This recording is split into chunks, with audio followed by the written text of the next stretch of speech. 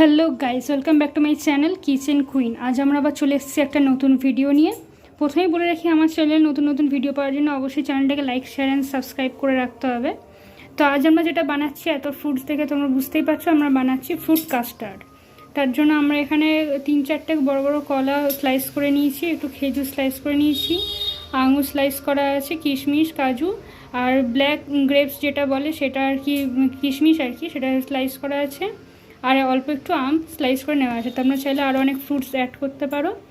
এটা গরমকালের জন্য খুব একটা হেলদি খাবার। তো আর আমরা এখানে এই কাস্টার্ড পাউডার ইউজ করছি। আর আমরা এখানে এবার দুধটা ফুটিয়ে ঘন করে নিচ্ছি, এর মধ্যে কাস্টার্ড দিয়ে আমরা কাস্টার্ডটা বানাবো। আমরা এখানে একটু অল্প ঠান্ডা করে নেওয়া মানে দুধটা নিয়েছি, তার মধ্যে আমরা এখানে কাস্টার্ড পাউডার দিচ্ছি। 2 টেবিল স্পুন মতো কাস্টার্ড পাউডার আমরা দিচ্ছি। এবার এটাকে ভালো করে আমরা মিক্স করে নেব, সঙ্গে সঙ্গে ভালো করে ধরে এটাকে মেশানো হবে। এরপর আমরা এখানে যে দুধটাকে ফুটিয়েছিলাম, এর মধ্যে আমরা এখানে একটু চিনি দিয়ে দেবো। যেহেতু মিষ্টি খাবেন সেই হিসেবে চিনি।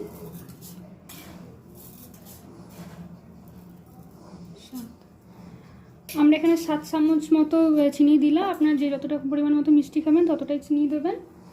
এবার আমরা এটাকে ভালো করে মিশিয়ে নেব। ভালোভাবে এটাকে যাতে চিনিটা ভালো করে মিশে যায় সেই রকমভাবে ভালো করে মিশিয়ে নেব। এবার আমরা ওই দুধটার মধ্যে এখানে এই কাস্টার্ড পাউডার মেশানো যে দুধটা ছিল সেটা দিয়ে দিচ্ছি, দিয়ে এটাকে ভালো করে ফুটিয়ে নেব। গ্যাসটা দিয়ে ওই কাস্টার্ড পাউডার মেশানো দুধটা দিয়ে এটা গ্যাসটা জ্বালিয়ে সঙ্গে সঙ্গে নাড়তে হবে। থেমে থাকলে চলবে না, কারণ যত নাড়বেন তত জিনিসটা ভালো হবে। না নাড়লে জিনিসটা ঘন হয়ে জমাট বেঁধে যাবে। আপনার জাস্ট একবার কনসিস্টেন্সিটা দেখে নিন, এরকম ঘন হয়ে এলেই তবে গ্যাসটা অফ করে আমরা কাস্টার্ডটা রেডি করব। এটার মধ্যে দুধটার মধ্যে আমরা ধীরে ধীরে সব ফ্রুটগুলো মিশিয়ে দিচ্ছি। একে একে সব ফ্রুটগুলো আমরা দিয়ে দেবো, দিয়ে ভালো করে জিনিসটাকে নেড়ে নেব।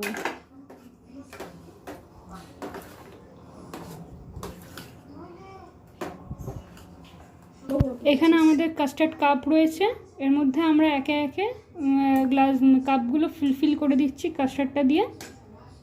আপনারাও এরকম কাস্টার্ড কাপ কিনে নেবেন, এবং এই কাপে করে কাস্টার্ড খেতে খুবই ভাল লাগে। এবং আমরা এটা হয়ে গেলে এটাকে ফ্রিজে ঠান্ডা হওয়ার জন্য ঢুকিয়ে দেবো।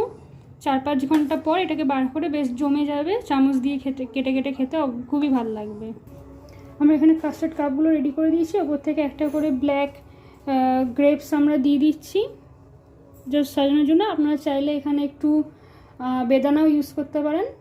তো আমাদের এখানে কাস্টার্ড রেডি হয়ে গেছে। এটাকে আমরা এবার ফ্রিজে ঢুকিয়ে দেবো, আর ফ্রিজ থেকে বার করে নিয়ে এসে আপনাদেরকে দেখাবো। 4-5 ঘন্টা অন্তত আপনাদের ফ্রিজে রাখতে হবে। তারপর যে জিনিসটা হবে একদম মানে টাইট হয়ে জমে যাবে, একদম চামচ দিয়ে কেটে কেটে খাওয়ার মতো জিনিসটা হয়ে যাবে।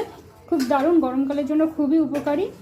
ভীষণ একটা মানে স্মুথ, মানে ফ্রুটস তো শরীরে ইনট্যাক্ট হবেই, খুব ভালো হয় এটা হেলথের পক্ষে। আপনারা চাইলে অবশ্যই ট্রাই করে দেখতে পারেন। আর এই ভিডিওগুলো পাওয়ার জন্য অবশ্যই আমার চ্যানেলটাকে লাইক, শেয়ার অ্যান্ড সাবস্ক্রাইব করে রাখবেন। আজকের মতো টাটা।